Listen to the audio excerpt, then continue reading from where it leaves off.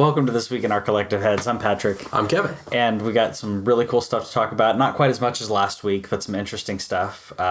New stuff, old stuff, stuff that angers us old men. Yes, much of that. So Halo 5.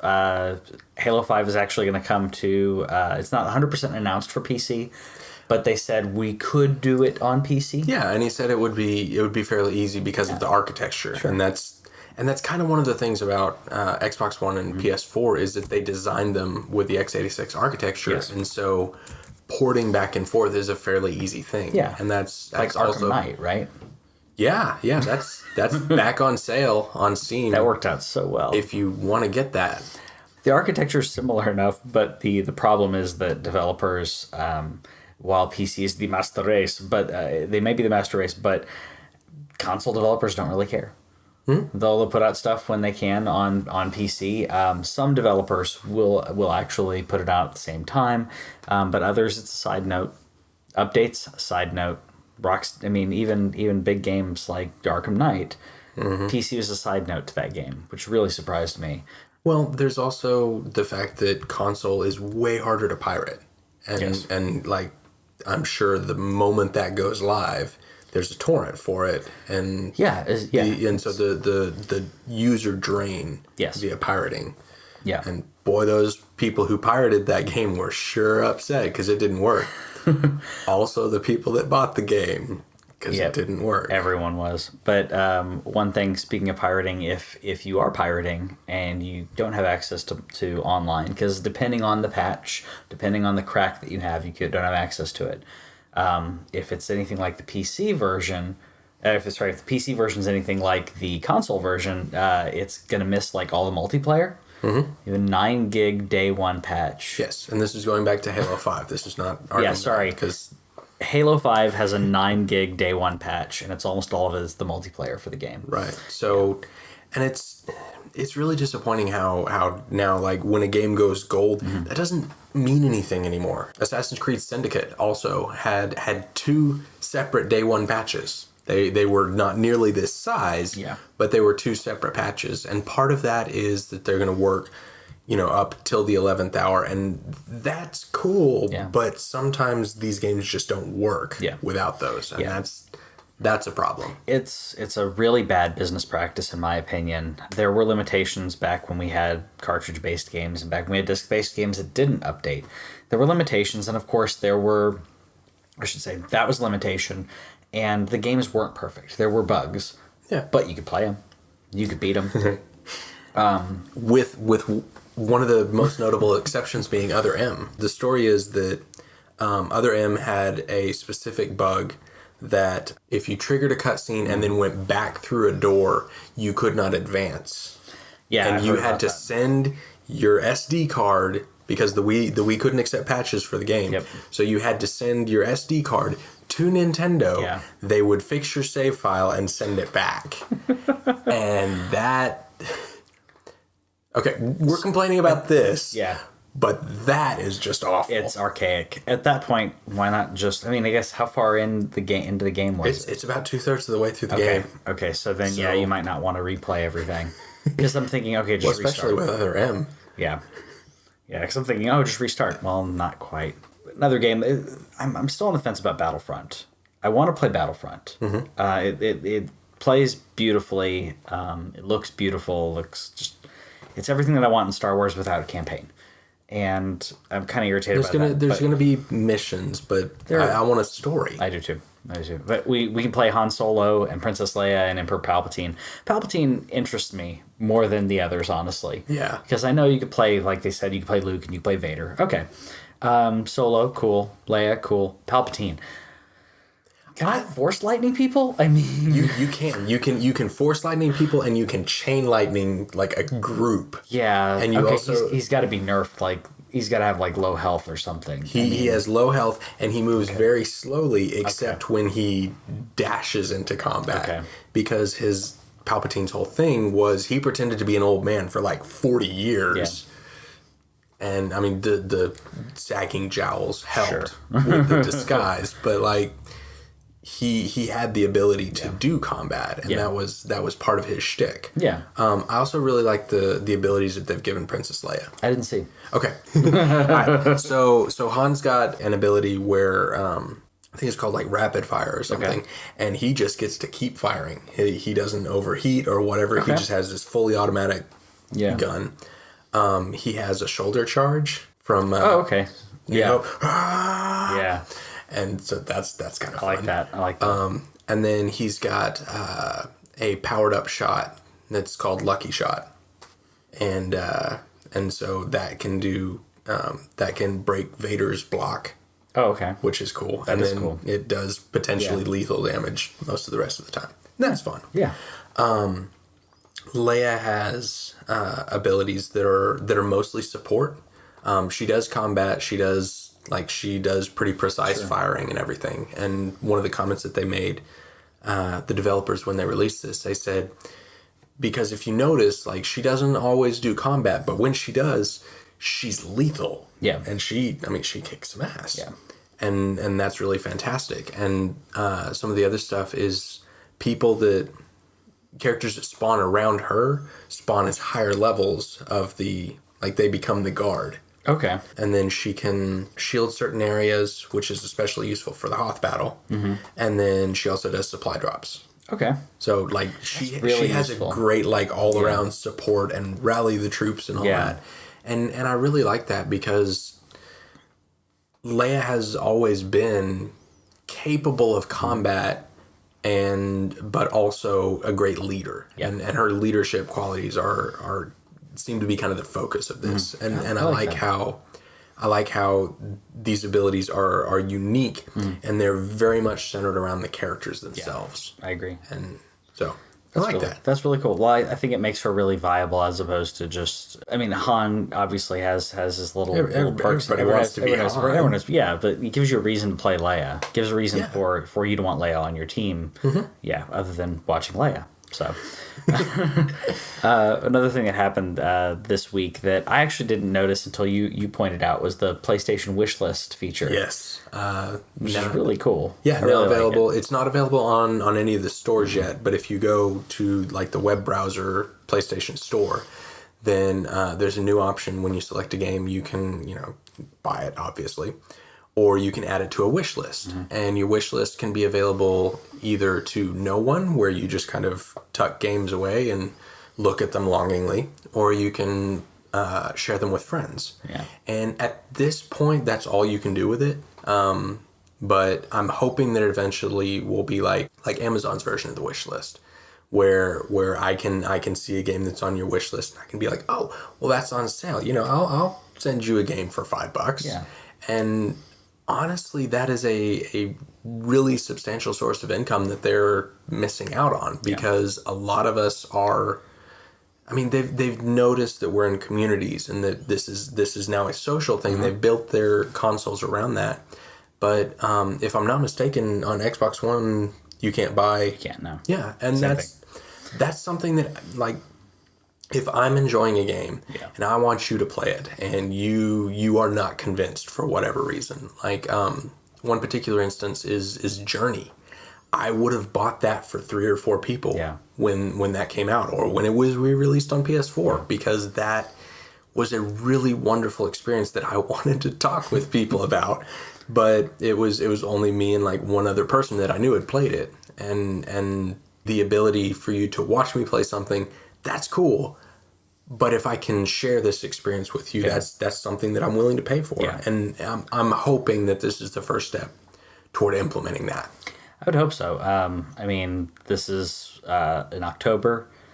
It wouldn't be hard to roll out the ability to do that and do that before Christmas. We say that. We have no idea. No. I do. I do. Wouldn't be hard. Okay. Well, I do. In that case. I see through their BS. No, they know well enough. A lot of times when they say, oh, it's not possible, it's not because the architecture's not possible. Right. It's either business model, it's privacy, that's really more than like when it comes to something like that, they could easily have you do that. I'm not accessing your account, I'm accessing a wish list. And if you add just a button and be able to send from my wallet to your wish list and give it to your account. That's not hard. Yeah. That's not hard at all. Architecture. And they've blocked it out so that the wish list can be not shared. So they've taken care of the privacy issues so that people that don't want to have that don't have to. So you don't want to admit that you're going to play a specific game. I don't know why Just someone Dance 2016. I'm willing to admit it. I want it. I'm going to get it. I really think I'm going to get it. I don't know. Maybe you may be embarrassed by that. I'm not, but no. I have no shame. No. I have a show. Those are exactly. That's why we're here. I think speaking of Dance Central, there's really Dance Central and Just Dance, really fun party games for a smaller party because of the camera. You can interfere if you've got a party of 25, 30. You can't do it at Halloween. Okay, obviously. you can. With Just Dance, you can do up to 6 people with their smartphones. Because the smartphone is now a controller. Oh, okay. And you can do up to 4 with the camera and up to 4 with PlayStation Move. So if anybody has that, then you can do that. But so you have a use for those things. Yeah, you could use your phone. Use your phone. This is one of the games. I'll play this with my phone before I'll pick up a Move. I want to see what happens with the Sony VR. Mm-hmm. Because if I've seen a lot of people when they did the Sony VR... using PlayStation the Move controllers with that. Yeah. And I liked the integration of all of that. Mm-hmm. And I'm hopeful that will work, but until then I don't really have a reason. Even that Sorcerer game, I mean, it was interesting and but after once you've seen what it has to offer, the game itself wasn't that great, and that's the problem, and we've talked about that. But I like party games like that. The drawback of those being the camera, and if you have too many people just walking through, and it'd be a problem. But you don't have that problem with Rock Band and Guitar Hero, and those games I think. At least in our circle, still pop up at parties. Mm-hmm. You still have enough people that will play them. You have a lot of people who will watch you essentially doing karaoke. Yeah. So it's always fun, and then you don't have that problem. So Rock Band came out. The new Rock Band came out, and apparently there were some really great reviews. Yes. From people within the company. Yes. There were so. Game comes out, reviews start popping up, and somebody on Reddit clicked through to the usernames and cross-referenced that with Harmonix employees, and it turns out that a dozen reviews on day one were by Harmonix employees, and one of my favorite ones is one that pops up and it's like, oh, I'm new to Rock Band, but I like it, and it's like, no, that's. Forums are a public place. Forums are a public forum. Yeah. So you could go out there and say, "Hey, I work for the company, and really, I love it. I'm proud of this thing that I have made. Yeah, I'm proud of it, and I even bought it. I mean, you can do that. Yeah. And so after this happened, Harmonix came forward and they were like, "Look, we've talked to our employees, and we've let them know that this is not okay, but it's." I don't understand why a low-level employee would do that. No offense to whoever it was. Not saying they're it's peons. I'm just saying, like that sounds like something marketing would do. Yeah. I mean, and if marketing did that, they need to be reprimanded. Yeah, but and if it had been an employee or 2 employees, that's one thing. But it's this rush of people, and I know that there were some pretty big issues, especially with the DLC when Rock Band launched. And I can understand wanting to counteract that, but this is disingenuous, this is dishonest, and it's unacceptable. Yeah, I agree. And I have a problem with it. Yeah. So I do too. It was just a really weird thing that is only possible in the last couple of years. And it's interesting to see it crop up. Mm-hmm. Crops up too often.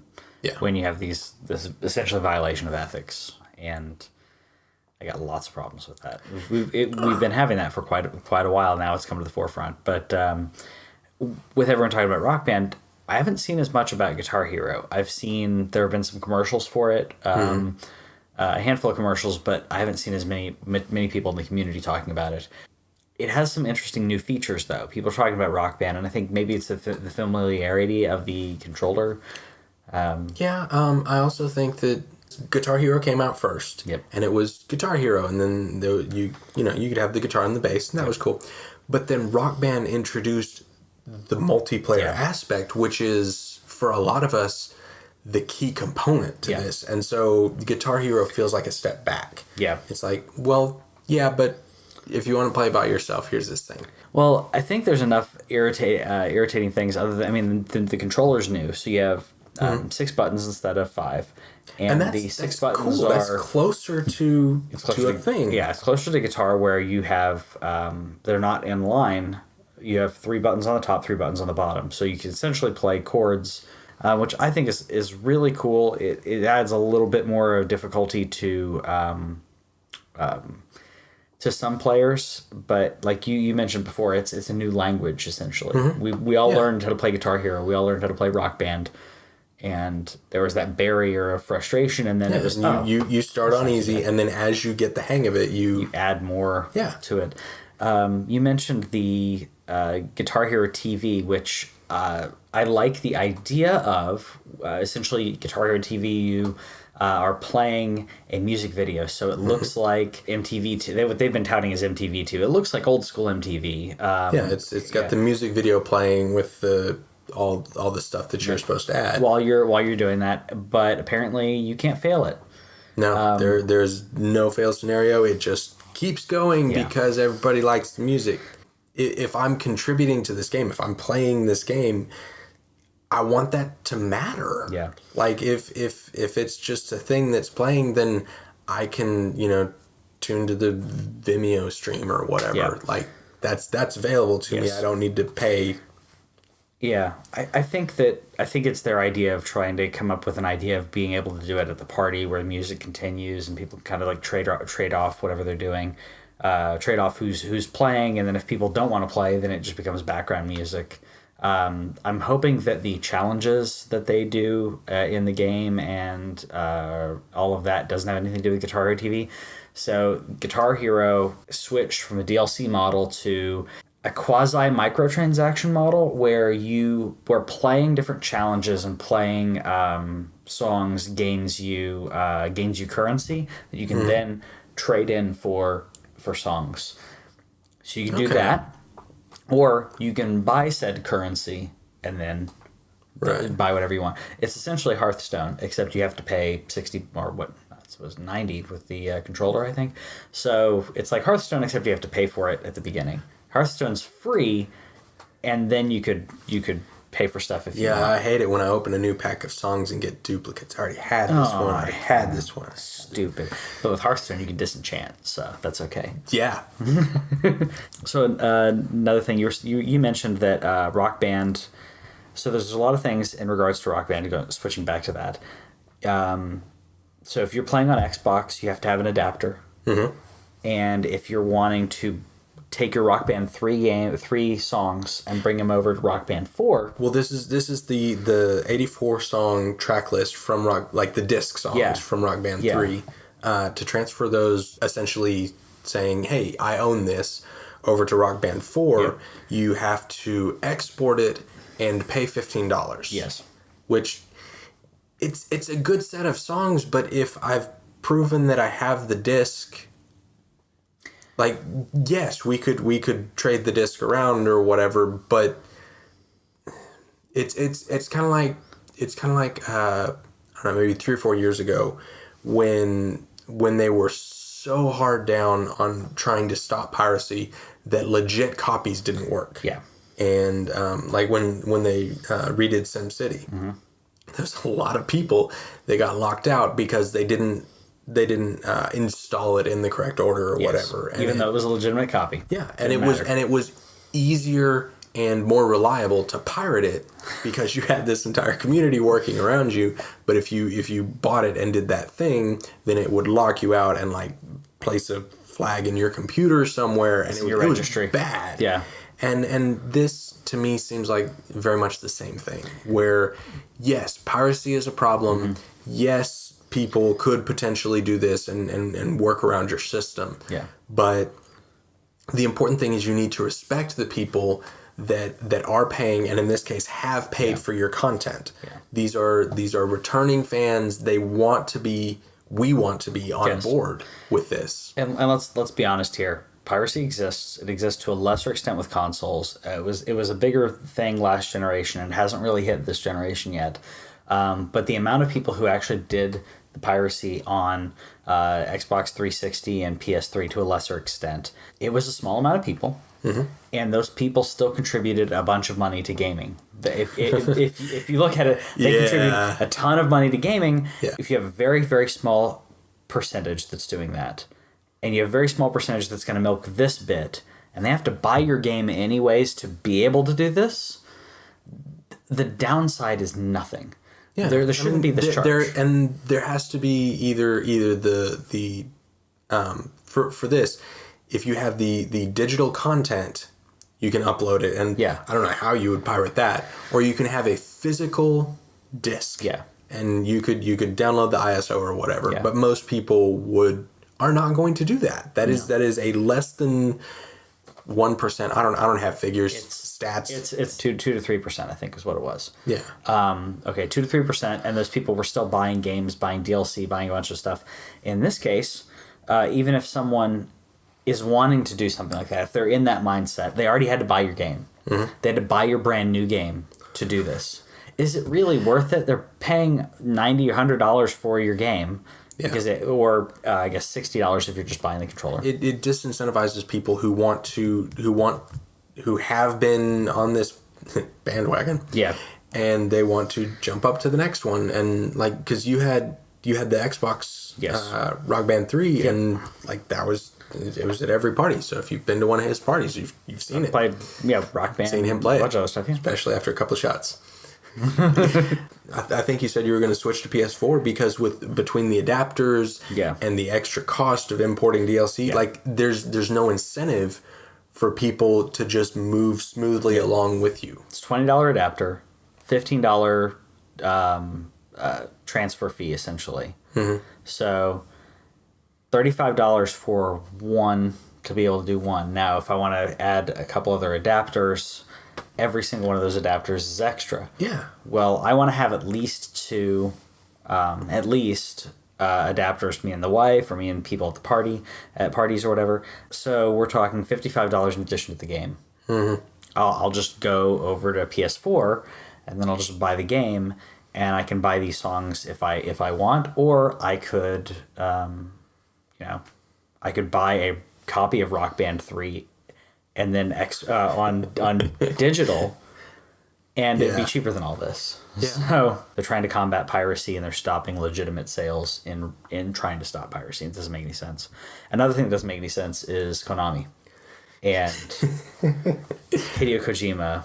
Yes. And that thing. Yep. So that story continues to develop, and we will keep bringing you the latest on whatever the is happening over there. So if you didn't hear already, Hideo Kojima is the director, creator of the Metal Gear series, and recently there was a huge falling out that we just hear leaks of information. There was apparently a falling out between him and the company.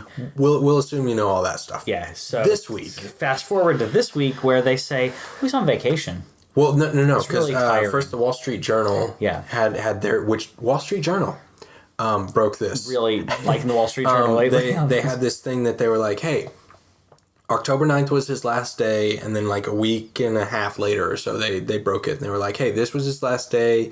There's this big party. The CEO and the president were not in attendance, but there was this party. Yeah. And Konami's response was to make an announcement saying, that's not true. He's on vacation, and there was no farewell party. So the Wall Street Journal, I mean, he's a journalist, and so he's like, I've got sources for this. So he posts a picture of everybody standing up against the wall with cups in their hand, and everybody looking at Kojima and everything. And he says, okay, this is that party that I was talking about. Konami's response was, quote, we have no idea what that is. End quote. It's the strangest denial that I've seen. I don't know if they're trying to behind the scenes court him back, or what? There's no way. I You don't think he'll come back? I don't know Mr. Kojima personally, but no. Yeah. And it could be technically true, except for that we don't know about the like him being on vacation, because over long development cycles, they tend to accrue vacation days, and then particularly in Japanese culture, then they'll quit, they'll retire or whatever, and then they'll have all their vacation while they're still technically an employee. Yes. So technically, he could still be on vacation time on the payroll, and this could be an accurate statement, but it's but his no compete clause is supposed to expire in December. So hopefully, come January, he'll be launching his studio or doing whatever. And I hope this doesn't happen, just because I prefer games to be accessible to everyone. But I can see Sony handing him a studio and saying, go for it. Yeah. I think he's going to be really, really wary of publishers with certain companies that they know, that they respect, that they want to give free reign to do whatever. I mean, Sony owns Naughty Dog, but they don't tell them what games to make. They made Last of Us, which was a huge success for them and for Sony. Sony hasn't told them, hey, you need to make another one of these. Naughty Dog makes their decisions. And if he can be put in that scenario, if he can be put in that situation and know that that's what situation he's in, I don't think he'll turn it down at all. Yeah. I mean, he'll be able to make whatever he wants with very little interference. Which, speaking of that, I know we talked about this last week, but the Friday the 13th game, I'm really excited about that in regards to the no interference with. I'm really excited about that game, but the fact that the more that I think about it is they did it on Kickstarter, so they can do whatever they want. They don't have a group of executives saying, that's not marketable, this is too violent, don't do this. Yeah. They can make it true to form, and I'm really excited about that. So there are markets and there are IPs like Last of Us is an M-rated game. It's a very violent game, and like still sells. Still sells. It's not like movies. Movies really you give an R rating as opposed to a PG-13.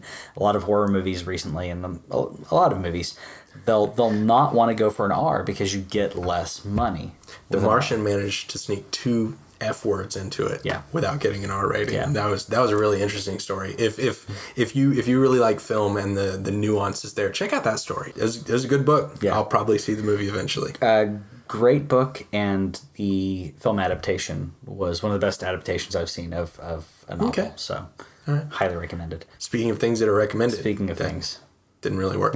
Okay, so we have a Twitch app now for PS4, and that makes me happy because I like the streams that I get to watch, and click on Bloodborne and be like, oh, I can tune into this stream when it works. But the Twitch app is much easier, and it's just kind of opening that up to, hey, watch what you want. Because they don't have to be your friends. Because in PlayStation's architecture previously, if your friend was streaming something, you could pop in on that. Right. But now you can just do it. Go with any. Which their Twitch username is a lot easier to follow because if he's about to start a stream, I don't know how to refresh it, and so he might be 5 minutes into his stream before I'm able to find it. Yeah. And it's a mess. PlayStation. It's one thing. It's one thing that Xbox has over that, which I absolutely love. If you go into the Xbox store and you're looking through a game, you can look at a trailer for the game, or you can watch people playing it right integrated within the store. Yeah, so you can say, cool. So you can say, oh well, these people are playing Slender Man. Let's look and see what it looks like, and it'll show you the people who are streaming it right then. Yeah. So you can pop into a stream. The integration between that is really cool. I wish that Sony would do that as well with their store, because right now their store is, here's the game, and has nothing else. Yeah. You have to know what you're hunting for. So if you're just browsing through games, you can't get anything new other than the description. And the descriptions now are a paragraph and then a bunch of legal. Yeah, yeah, and there might be screenshots and some trailers, but it's and If you're lucky. Yeah, and that's one area where Microsoft has, and like we talk about this all the time, is this is how people shop for games now. Yes.